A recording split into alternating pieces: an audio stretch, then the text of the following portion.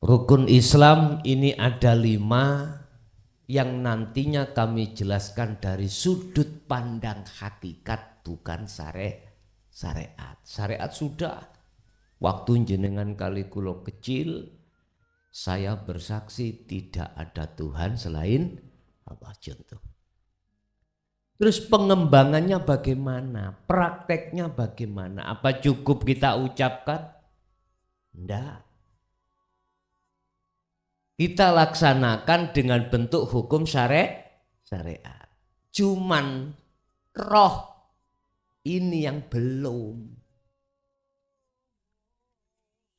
Roh ini yang belum, padahal dulu sudah saya katakan yang dijanji, yang dibeat Allah itu adalah ruh. Alastu birabbikum qalu bala syahidna. Roh, betulkah aku Tuhanmu? Roh, sok kui besok kamu di dunia mau hanya mencintai, berkasih mesra, menyembah hanya padaku? Jenengan jawab qalu bala syahidna.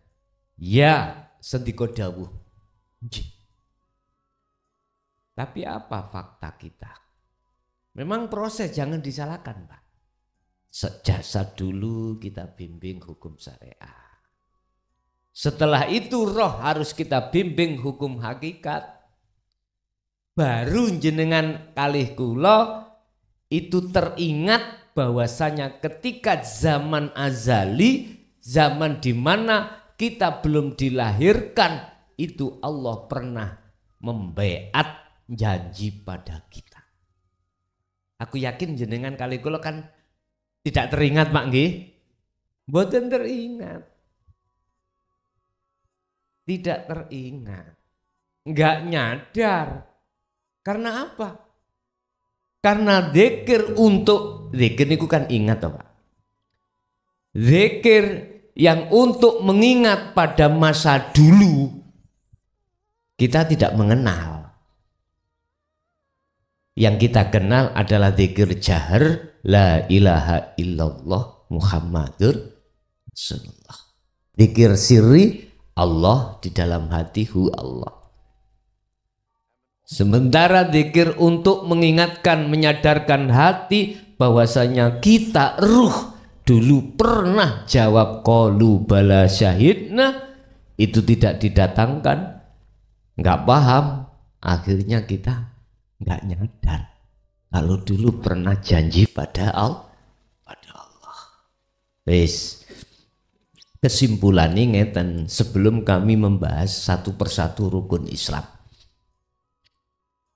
Ketika saat jenengan kali kula niki sudah dididik di syariat dan thariqah, iku iman kita disebut nurul iman. Nur iku cahaya iman kang muncul dari hati panjenengan. Percaya kalau Allah iku Tuhanku dan Tuhan panjenengan. Innallaha Rabbi wa Rabbukum fa'budu hadza siratum mustaqim.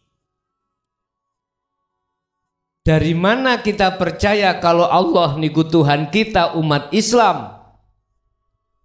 Dari tabi'in, dari Rasulullah, mudun pewaris tabi'in dengan dasar sumber Al-Quran dan Al-Hadis.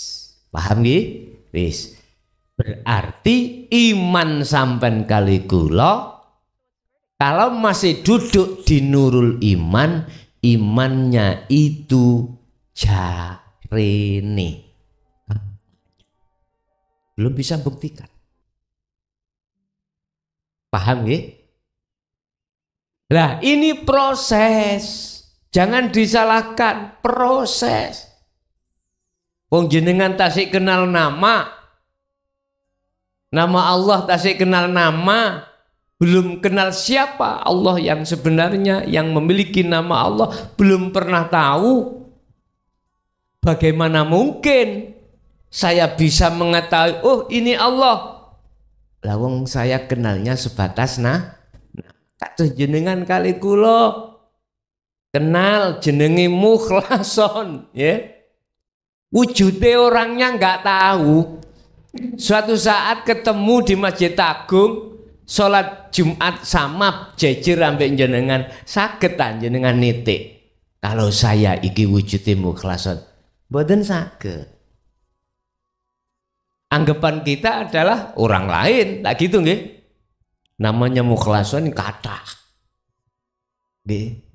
Sejarah nama kula niki wonten 3 ulama besar pada saat itu tahun 69 itu rebutan keijeneng Pak. Niki sejarah mawon. 1 almarhum almaghfurlah Romo Yai Hamid Pasuruan.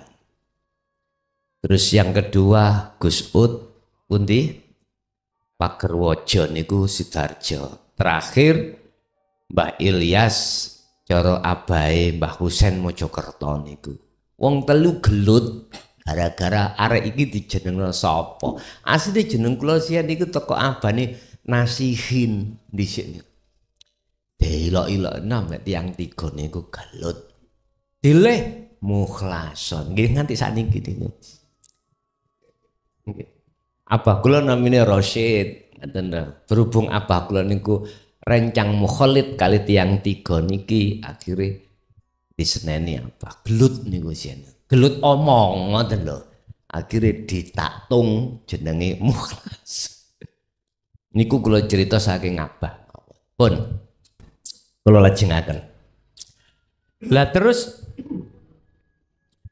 kiat-kiat prosesnya bagaimana ya kita harus naik Pak dari nurul iman yang iman percaya kita bahwasanya Allah itu adalah Tuhan kita walaupun katanya masih katanya loh ya itu benar kita harus naik untuk membuktikan betul apa enggak Allah itu adalah Rabbi wa Rabbukum. Kita harus ketemu apakah ada saran atau anjuran supaya kita bertemu Allah. Surat Al-Kahfi ayat 110. Allah dawuh wa man kana yarju liqa'a rabbi falyamal amalan sholihan. Barang siapa yang ingin bertemu Tuhannya maka falyamal amalan sholihan. Berlakulah yang bagus. Berlaku bagus di sini sing bagaimana? Yang pertama. Yang kedua, wala yusyrik bi ibadati rabbih ahad. Jangan sekali-kali Anda itu menyekutukan Allah dengan sesuatu. Amalan soleh kita secara jasad mulai akil balik, bahkan sebelum akil balik. Sing dimaksud fal ya'mal amalan soleh adalah perilaku hati atau ruh Pak. Kalau perilaku jasad sudah ditata di dalam hukum syariah. Lah perilaku ruh atau hati ini ditata di dalam hukum hakikat yang namanya dasar ilmunya tauhid untuk sampai makrifat Allah. Ini pembuktian fal ya'mal amalan soleh niku pembuktian jenengan iki tumindak berjalan menuju dan bertemu pada Allah di dalam rumah Allah. Logikanya ngeten Pak. Saya sebelum ke alamat di sini, mana tadi? Bagurejo, terus Gumuk Emas, Jember. Sebelum saya berangkat ke sini, pertama, mata saya tidak buta. Kedua, saya harus tahu jalan menuju tempat sini. Ketiga, saya harus punya alamat sini. Kalau tidak memegang hal itu, tidak mungkin saya akan bisa nyampe di sini. Lah, perjalanan saya dari Mojokerto sampai di sini disebut fal ya'mal amalan sholihan. Perilaku hati yang disebut perilaku yang sholihan itu sudah jauh dari perbuatan syirik, perbuatan hasud, perbuatan riya, perbuatan takabur, sum'ah. Sifat-sifat jelek itu kudu hilang. Karena itu yang menutupi hati kita, akhirnya hati kita tidak bisa sampai pada Allah di sini. Jadi secara tidak langsung kita belajar ilmu tauhid, meningkatkan keimanan kita dari nurul iman ke hakul iman. Iku sebetulnya adalah supaya panjenengan ini betul-betul bisa sampai pada Allah. Satu sisi bisa membersihkan apa yang menjadi hijab dan kotoran hati sampai kali kula yang selama ini menjadikan tutupnya mata hati. Akhirnya mata hati ini akan jadi buta. Kalau sudah buta, maka tidak akan pernah tahu mana sebenarnya Allah. Bisa dipahami? Bun, itu sebagai muqaddimah. Jadi di sini kami akan pertama membimbing sampean dari sisi ilmu dulu. Lah ilmu meliputi dua tahap. Satu tahapan dasar ilmu. Dasar ilmu itu meliputi rukun Islam, rukun iman, sifat-sifat Allah.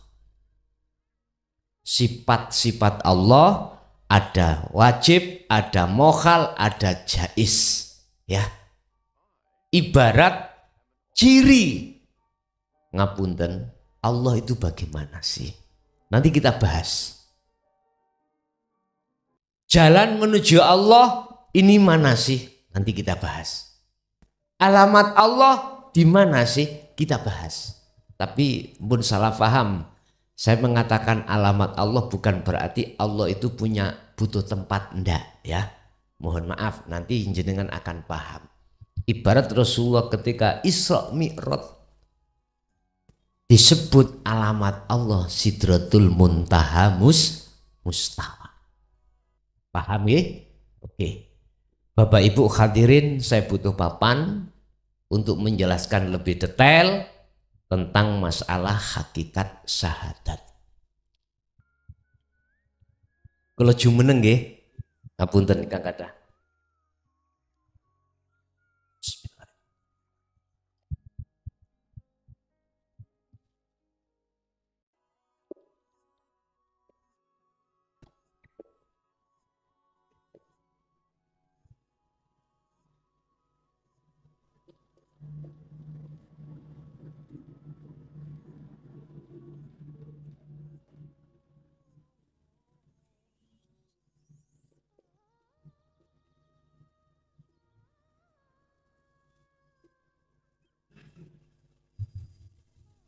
Pun jenengan kula suwun melihat syahadat niki.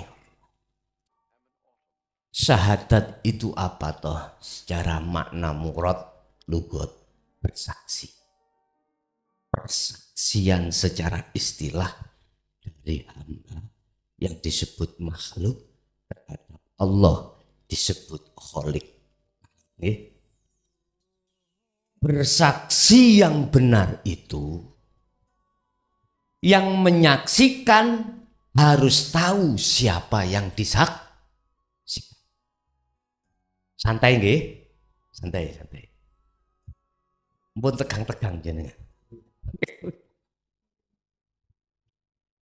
Bersaksi yang benar, jenengan jadi saksi untuk menyaksikan Allah. Saksi yang benar adalah saksi yang harus tahu siapa yang disaksikan.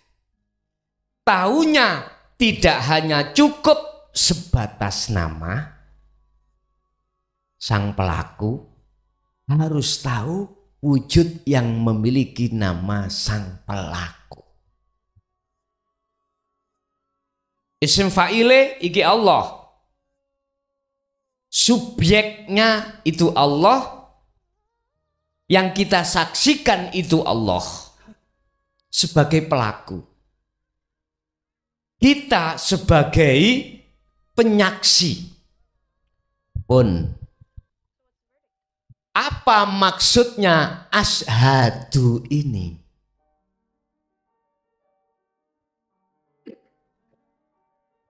Kolbun, hati, atau ruh. Saya bersaksi. Ingsun nyekseni. Ingsun sinten. Syariat ingsun kita jasad ini. Syariat nggih. Saya bersaksi sesungguhnya tidak ada Tuhan. Ada istifham, koma. Selain Allah. Saya bersaksi. Iku maksudnya secara hakikat ingsun panjenengan ruh. Pun halus-halus mawon. Hati jenengan. Mohon maaf. Jasad punya mata namanya ainul basyariyah. Saya dikatakan menyaksikan HP ini benar manakala saya tahu wujudnya api. Saya dilanjut nggih. Berarti persaksian saya betul. Sehingga tatkala jenengan nyuruh kula, son ambilen yang namanya HP. Apa mungkin Pak saya sudah benar saksi saya bersaksi saya pada HP terus saya ngambil kacamata? Mungkin mboten? Enggak mungkin. Karena saya sudah tahu wujudnya kacamata, saya harus ngambil kaca. Paham nggih? Oke, lanjut. Bagaimana mungkin jenengan iki bersaksi tentang Allah sebagai Tuhan kita? Lawang kita ainul basyirah, matanya ruh kita itu masih buta. Paham nggih? Mboten saged. Khatamallahu ala qulubihi. Kalau hati ini terkunci, kalau hati ini tertutup alias buta, apapun alasannya dimanapun kita berada nggak akan pernah tahu tentang Allahnya, nggak akan pernah tahu. Saya belum mengatakan Allah itu yang bagaimana ya? Nggak, belum waktunya. Nanti kan ada proses Pak ya. Yang penting jenengan iki mboten bingung gitu loh. Saya jelaskan secara bertahap biar jenengan itu sakit gampang paham. Nah, kalau yang dimaksud asyhadu adalah hati, iku kemana? Allah ilaha. Sesungguhnya tidak ada Tuhan. Iki kok masih nggih? Ada istifham. Tuhan apa yang tidak ada sehingga teng mriki ada fi'il amar perintah untuk nafi. Nafi apa? Menafikan isinya la ilaha di hati kita. Tadi ada pertanyaan, Tuhan apa yang tidak ada? Mohon Bapak Ibu, rahimakumullah. Kita mulai balik, diam-diam tidak terasa, kita memasukkan selain Allah di dalam hati. Itu oleh karena Allah menguji kita lewat iblis dan nafsu, mendatangkan kesenangan dunia, sehingga kita menerka kesenangan dunia, kebutuhan dunia itu segala-galanya yang mengalahkan Allah. Wa ma ubarri'u nafsi innan nafsa la amaratum bis. Loh jelas. Nek nafsu iku ngajak hati iku nyenengi urusan dunya, ngelalekno dateng Gusti. Jadi hati sampean niki kali kula wonten Tuhan selain Allah yang kita tidak nyadar. Makanya nafikanlah, bersihkanlah isinya la ilaha di hati ini yang berupa Tuhan. Mohon maaf. Wa zuyyina linnasi hubbus syahawah minan nisa. Nek jari wong lanang ati ana tresna nang wong sing wedok ana wong lanang sing mlebu ning ati. Loh, iki diam-diam secara hakikat kita telah membikin Tuhan yang bukan Tuhan. Tapi enggak terasa kita. Dua, wal banin, anak-anak kita. Akhirnya ati iki tresno nang anak. Anak mlebu. Wal qanatiril muqantara dunya brono. Akhirnya hati ini bergantung tidak pada Allah, bergantung terhadap kepentingan dunia. Niku proses sampean kali kula sedaya. Perlu diingat, semakin banyak apa yang kita bangga-banggakan tentang selain Allah yang disebut kesenangan dunia dalam hati ini, maka semakin besar tebal tutupnya hati. Mohon maaf, Allah sampun dawuh fi qulubihim maradun. Bahasanya disebut marad, sakit. Fi qulubihim maradun fazadahumullahu maradun. Jadi dunia seisinya di dalam hati iku Quran dawuh iku penyakit. Yaitu yang akan menutupi ainul basiroh, mata hati kita, sehingga hati kita buta pada Allah. Iki proses, Pak. Mpun disalahke nggih, sebab kita semua ngalami ngeten. Manakala itu kau biarkan, penyakit itu tidak kunjung sembuh, malah bertambah. Bagaimana kita bisanya menyembuhkan? Kalau kita sakit jasad ya rumah sakit nih kau.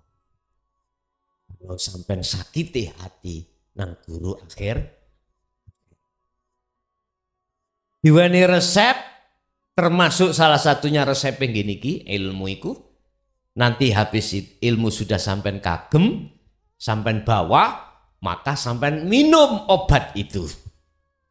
Sampai jalankan ilmu itu di dalam laku sehari-hari yang disebut amalan solihah. Nantinya gitu. Loh. Kalau jenengan kali kula niki sudah membersihkan kotoran-kotoran hati di dalam hati yang disebut syahwatud dunya, maka Allah akan mengizini jenengan kali kula niki isbat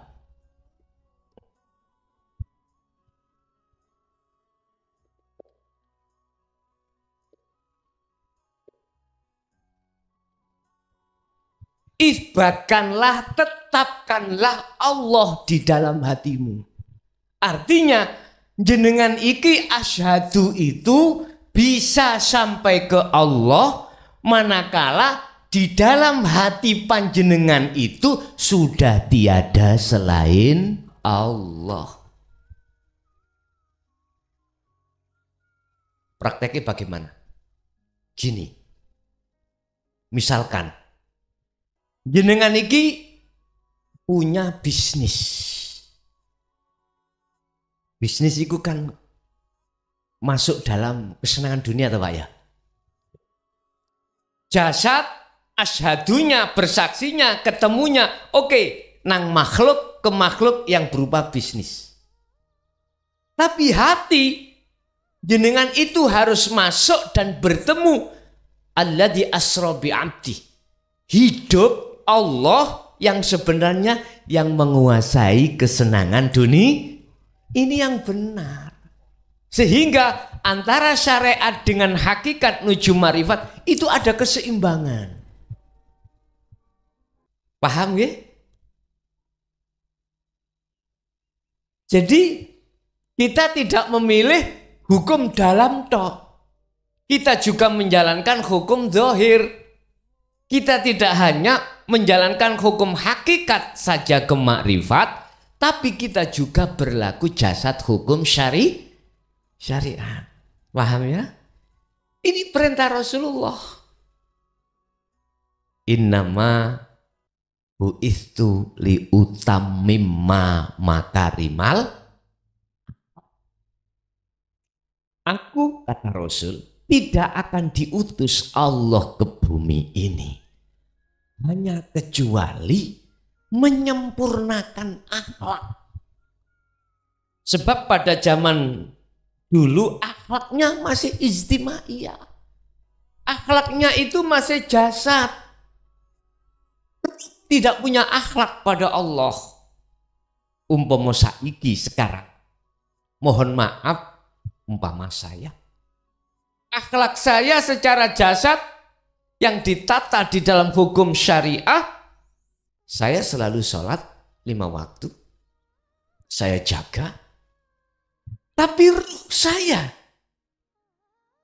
tidak dikatakan betul-betul menghadap pada Allah karena bersaksi saya belum sampai di sini. Sehingga jangan heran kalau kita habis takbir Allahu Akbar, hati melayang. Kemana? Ke ladang. Kemana? Ke kantor. Di wingi kula kenalan nambah arek wedok ngeten. Wah. Selalu ada di mata. Lah ngoten nggih. Ya itu loh. Jadi saya tidak bisa sholat dengan benar ini. Udah tidak bisa, itu tertempelnya. Jadi mata hati saya tertutup oleh urusan selain Allah. Bagaimana caranya membersihkan ini? Hanya itu. Sebetulnya itu. Bagaimana hatiku terbebaskan dari pengaruhnya hawa nafsu yang berupa syahwatu dunia. Sebab ini Bapak, kalau belum hilang, tidak akan pernah sholat ini benar secara hakiki.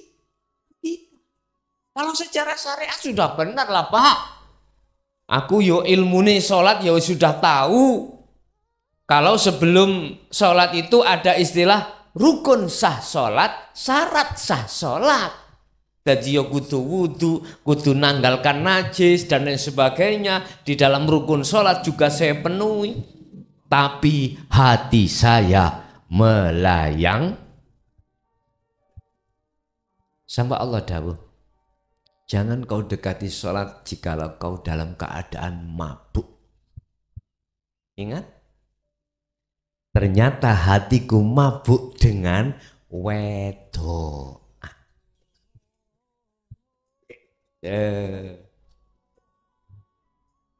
Jelas nggih? Sekarang yang terpenting kita ngaji dengan dasar ini sebagai bahan untuk bagaimana kita membersihkan kotoran hati di dalam hati ini. Sedikit saya cuplik, tapi yang jelas nanti kita lakukan. Syaratnya adalah satu, kembali kepada kemarin yang katakan, kita harus cari dokter. Kalau jasad sakit, saya katakan dokter adalah guru akhirat kita. Secara proses dikatakan mursyid. Ya. Lah mursyid ini sing tak maksud guru yang khusus membahas urusan hati pada Allah. Orang bahas urusan dunia, bagaimana Gus bisnisku amri lancar, dudu iku. Bagaimana bojoku mboten ngecemesan, tidak itu. Bukan loh ya. Khusus ngajarno lan didik bagaimana hati ini terbebaskan dari pengaruh nafsu iki. Satu. Loro, sampean mengke nek wis didasari ilmu tauhid mesti ono perintah uzlah, kholwat, zuhud, atau bisa dikatakan meditasi. Wong Jawa topo. Topone ono loro, topo nggon rame ambek topo nggon sepi. Ini yang tertuang di dalam surah Al-Insan ayat 25-26. Muhammad Rasulullah langsung diperintahkan Allah melakukan uzlah, umum ambek khusus, rame ambek sepi. Pasane Quran yang mboten rame sepi mboten. Wadkur isma rabbika bukrata wa asila. Dikatakan rame sebab kita itu jasad berinteraksi dengan makhluk, masyarakat, pekerjaan, apapun. Iku nggon rame. Tapi ning kono lah enek Allah ta, Pak? Nah, mesti disuruh menemui Allahnya, tidak menemui gajinya kerja. Nek jasad menemui gajinya kerja. Kalau hati menemui Allah yang menggerakkan semua itu. Nanti ada perintah seperti itu. Secara khusus, wa minal laili fasjud lahu fasabbihhu. Dikongkon sing suwe nek bengi oleh uzlah. Dikatakan uzlah khusus karena jasad sudah meninggalkan urusan dunia. Itu masih lama. Sekarang kita memahami ilmunya dulu. Nggih? Wis. Kalau asyhadu sudah tahu sebenarnya Allah itu siapa, maka selanjutnya kudu bersaksi dengan benar sesungguhnya Muhammad iku utusan Allah pun. Wa asyhadu dan saya bersaksi. Makanya disebut syahadata ini niki, syahadat loro, persaksian loro. Ati sampean kudu nyekseni sak temene Muhammad iku utusan Allah. Lah aku takok, saya tanya jenengan menangi zamane Muhammad. Bagaimana sampean dikatakan bersaksi yang benar wong sampean gak tahu ketemu? Oke, iku syariat sudah benar. Bentuknya kita meyakini dan mengimani sesungguhnya Nabiullah Muhammad Nabiul akhirul zaman la nabiyya ba'da, tidak ada nabi setelahnya. Oke, iku iman nggih. Oke. Ben gak jare cek ketemu Muhammad betul-betul ngene. Allah dawuh di dalam surah Al-Kahfi juga ayat terakhir kalau nggak salah. Kul katakan Muhammad, Nabi Muhammad dikon ngomong, innama ana basarum mislukum. Nabi Muhammad itu diperintahkan Allah dawuh nang umate. Niku tertuang ing dalam surah Al-Kahfi ayat terakhir. Muhammad ngomongo awakmu nang umatmu. Ngomong terus pundi Gusti? Nah, umpama diproses nggih. Innama ana basarum mislukum. Aku kata Rasul iku padha mbek awakmu, padha makhluke. Kuwi aja nyembah aku, nyembah sing tak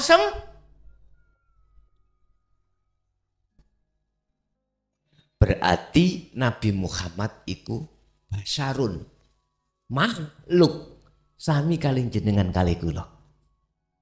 Hakikate ya apa? Wa asyhadu lan yang seni sapa ingsun an ing setuhune kelakuan anna Muhammad dan ing saktone Muhammad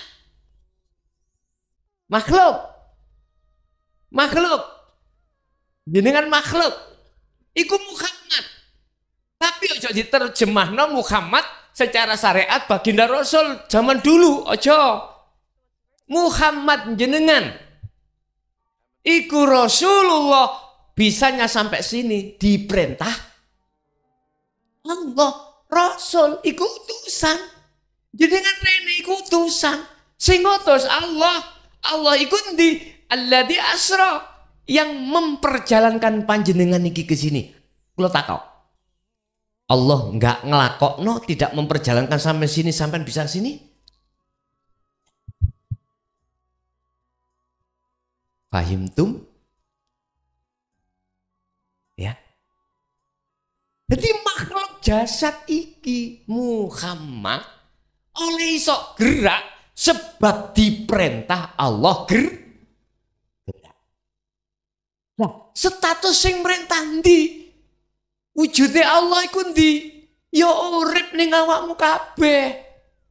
Hidup yang meliputi segala alam iki termasuk di dalam dan di luar dirimu. Sebab Allah itu setiap tempat apapun tidak ada kecuali Allah. Sejarum, bolong sejarum pun tiada kecuali Allah. Sehingga darah bisa mengalir karena hidup. Sing kula maksud hidup iku Allah, ngoten lho nggih. Mata bisa melihat, telinga bisa mendengar, hidung bisa menghirup, mulut bisa berbicara, semua itu diliputi hidup. Tanpa itu enggak akan mungkin hal itu terjadi. Maka sadarilah hatimu, ruhmu, bahwasanya semua itu Allah.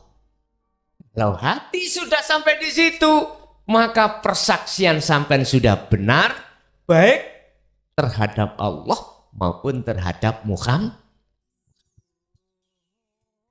Ini syahadat dari sudut pandang hati.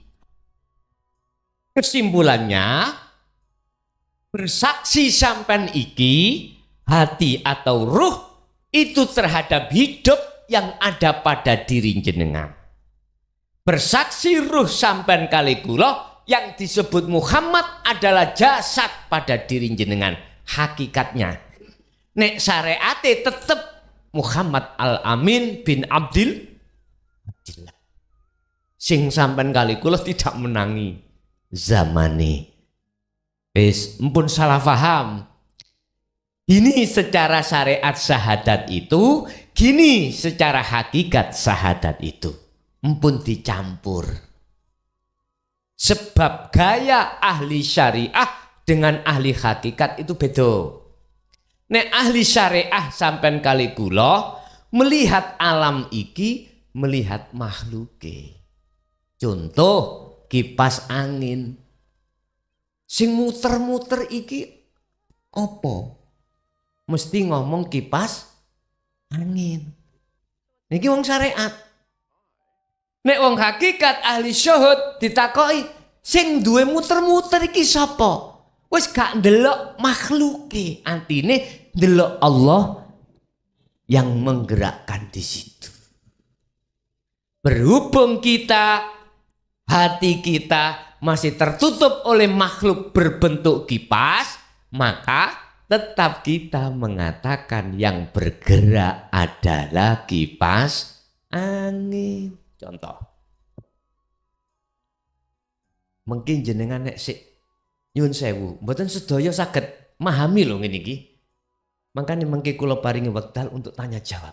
Pundi letak sampean gak paham, mengki kula jodhokne.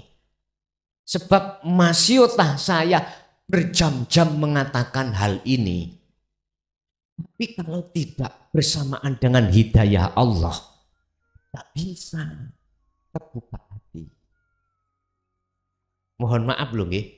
Tapi kita tidak boleh menyalahkan satu dan yang lain. Tidak boleh loh Pak ya. Tak boleh.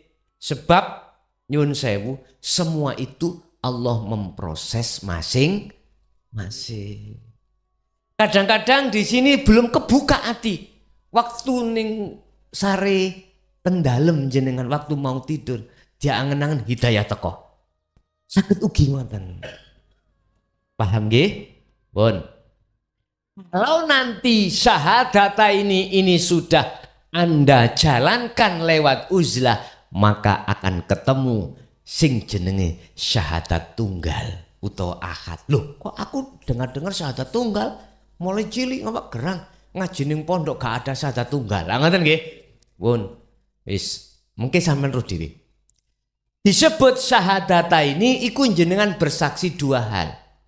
Allah dan Muhammad. Oke.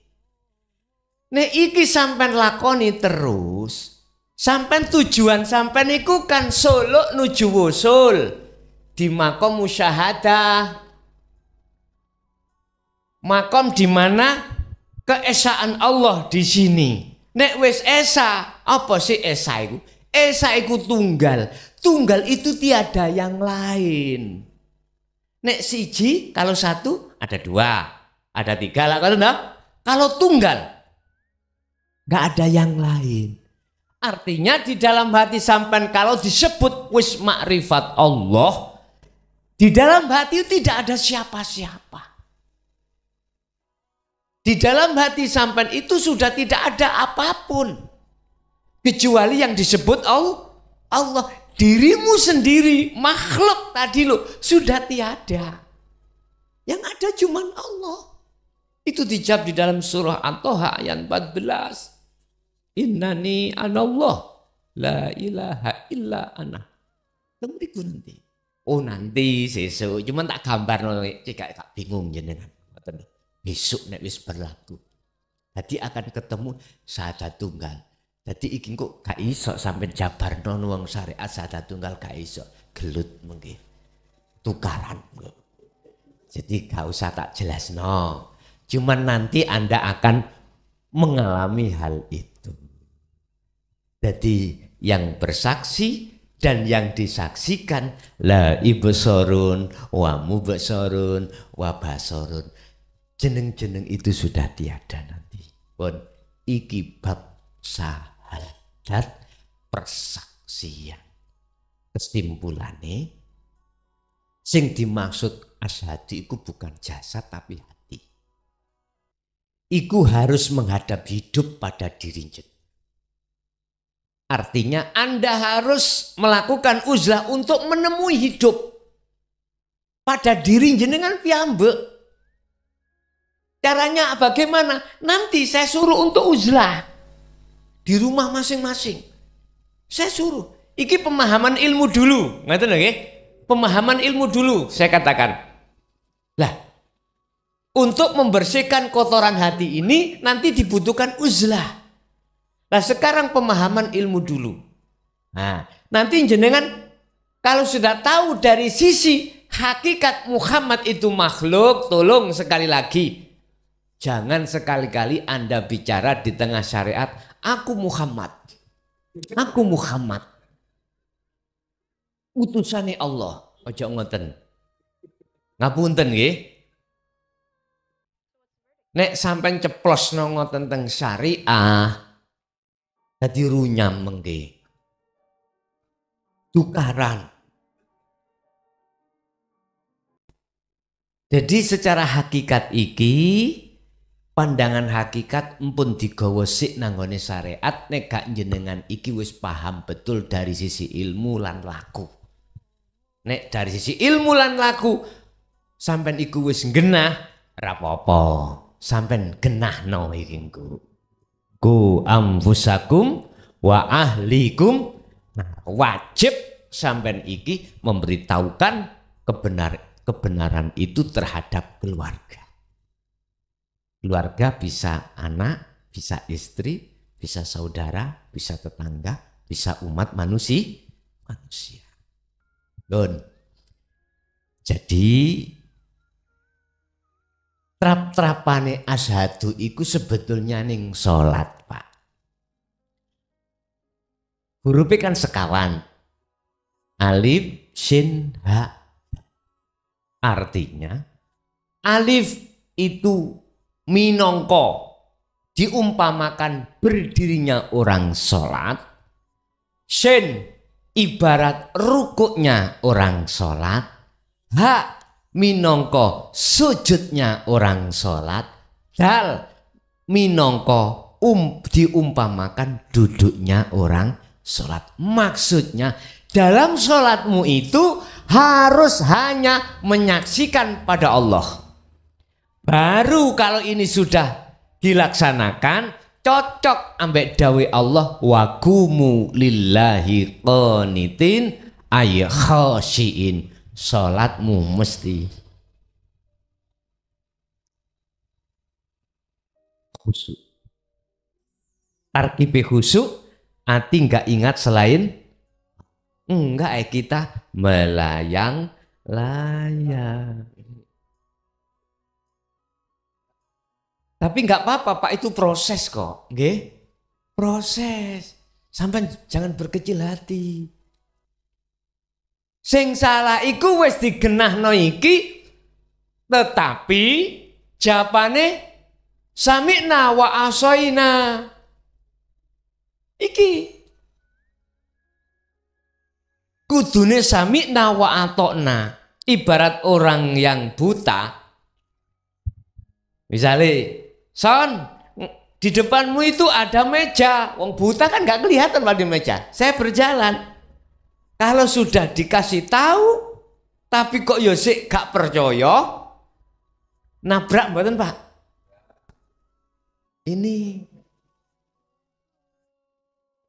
jenengan sebagai orang yang tidak buta, nuntun saya yang buta, mestinya saya harus manut pada jenengan.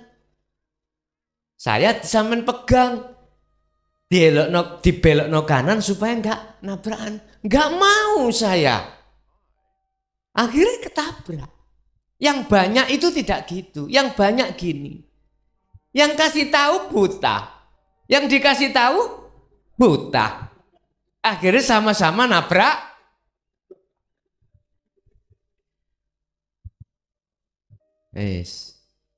Artinya kita sholat tidak bisa khusyuk Pak. Siapapun kita. Apapun status kita. Selama kita belum mengenal hakikatnya syahadat. Mboten saged. Sungguh gak bisa. Walaupun kita sudah umur 70 tahun lah. 90 tahun lah. Jenggot kita sudah ngelembreh. Lemah lah. Terus tasbih kini tutup kencong. Gak bisa. Selama kita belum mengenal hakikat syahadat.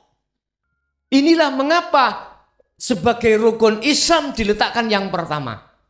Syahadat kalau kita belum benar, pasti sholatnya melayang. Itu pasti Pak. Apalagi zakatnya, puasanya. Alah. Hajinya sekalipun. Masih melayang-melayang urusan selain Allah. Itu pasti. Dan ini fakta Pak.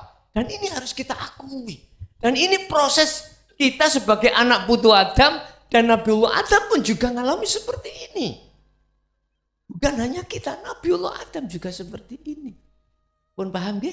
Pun kesimpulannya syahadat ini untuk membenarkan lakunya syariat jasad sampai biar itu betul-betul menyang Allah. Sebab Allah itu ora ning kulon tok, Di kula niki. Nilai kita sholat ngadep ke barat itu karena kiblatnya ada tapi belum tentu Allah pun ada di barat saja. Ada di timur juga toh. Nah, artinya kalau kita sudah mengenal syahadat ini nanti dan kita terapkan dalam uzlah zuhud di dalam sholat syariat, maka nikmat fikih. Bapak Ibu hadirin rahimakumullah, oleh sebab itu rukun Islam yang pertama disebutkan Allah di dalam tiang-tiang agama itu karena syahadat itu adalah merupakan pintu dari keimanan hati pada Allah dalam kebenaran. Kalau syahadatnya itu tidak benar, otomatis sholatnya juga melenceng. Sholat pun tidak benar, nilainya sholat maka lainnya juga tidak benar. Nanti bagaimana kita membahas tentang sholat pandangan hakikat. Nek sholat pandangan syariat kita itu jasad itu tadi, cara hakikat bagaimana. Tapi tolong besok kalau sudah mengenal hakikatnya syahadat, jangan kemalan-kemalan bicara wong syariat ngene. Rokokan, lapo sampean sholat, ya aja ngono. Jangan gitu.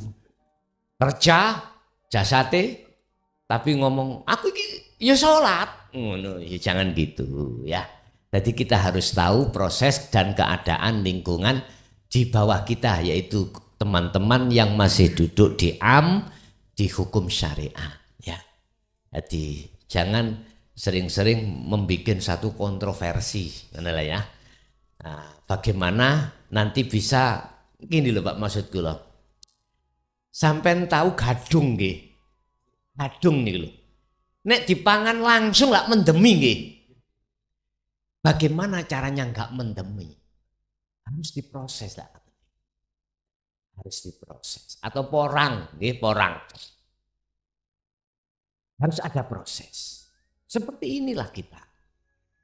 Memang kita itu sakit. Ketika kita dihadapkan obat pahit, siapa sih yang mau pahit? Disuntik itu sakit, siapa sih yang mau? Tapi kalau kita tolak terus, bagaimana penyakit bisa sembuh? Memang Pak, kalau nggawa ilmu iki ibarat bagi orang-orang yang hatinya ingkar terhadap hal ini. Sebagai apa? Jarum, sebetulnya menyakitkan. Tapi bagi panjenengan yang sudah membuka hatinya sebagai obat. Sebagai obat. Akhirnya sampai dimanapun jauh-jauh, ya sih diparani ae. Ada yang 10 kilo, ada yang 20 kilo. Ojo maneh penuh Cak, 10 kilo aku mau Jokerto ini pirang kilo. Ayo, nek di total. Makanya saya sendiri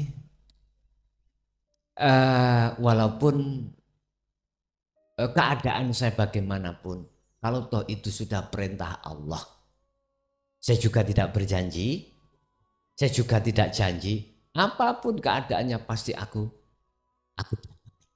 Jangankan di Jember Pak, kurang Jawa ya nopo di Purwokerto, ya toh, di Tegal, di Jakarta, nggih kula parani. Sepanjang memang di situ enggak ada tabrakan waktu. Kalau ini mungkin iku rutinane terus berarti Jumat kedua niku pun kula kunci. Pun kula kunci tidak akan menerima acara apapun dari orang lain kecuali di Jember niki. Tadi pun kula kunci. Pun kula mboten nrimo undangan yang lain khusus Jumat kedua nggih. Jumat kedua. Bapak Ibu hadirin rahimakumullah, mungkin itu sekedar pemahaman dari syahadat sebagai rukun Islam dari sisi pandangan hakikat. Barangkali ada yang perlu ditanyakan, monggo. Napa sing kula sampekno tadi kurang paham, monggo sampean tangklet estu sampean tanglet. Sebab ngene nengti. Kuharap ilmu ini bisa masuk dalam hati sampean dengan bentuk kepahaman.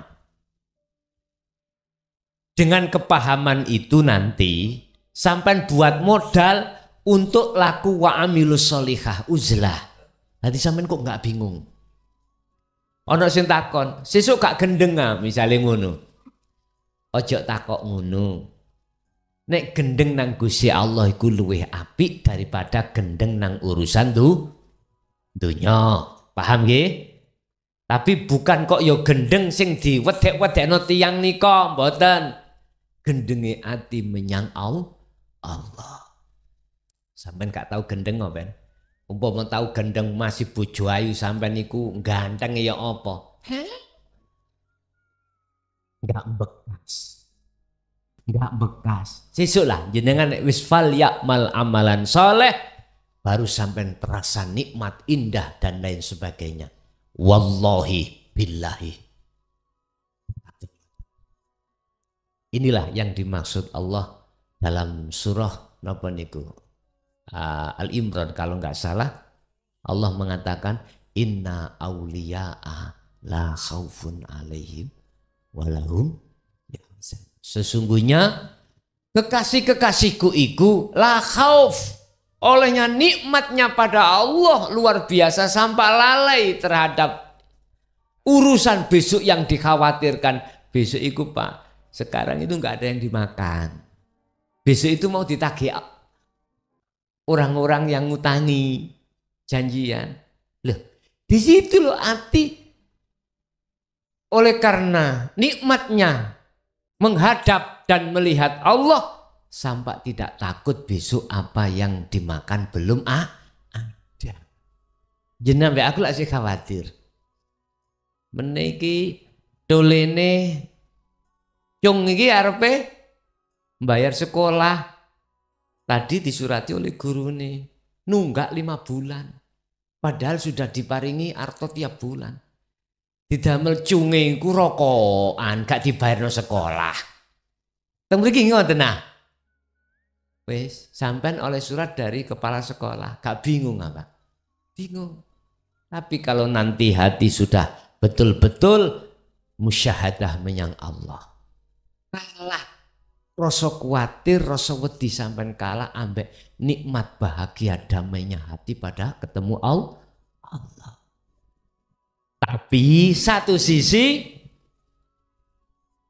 wa may yattaqillaha yaj'al lahu makhrajan wa yarzuqhum min haitsu la yahtasib. Pasti Allah akan membuka pintu dari yang tidak kau sangka-sangka. Paham nggih? Oke.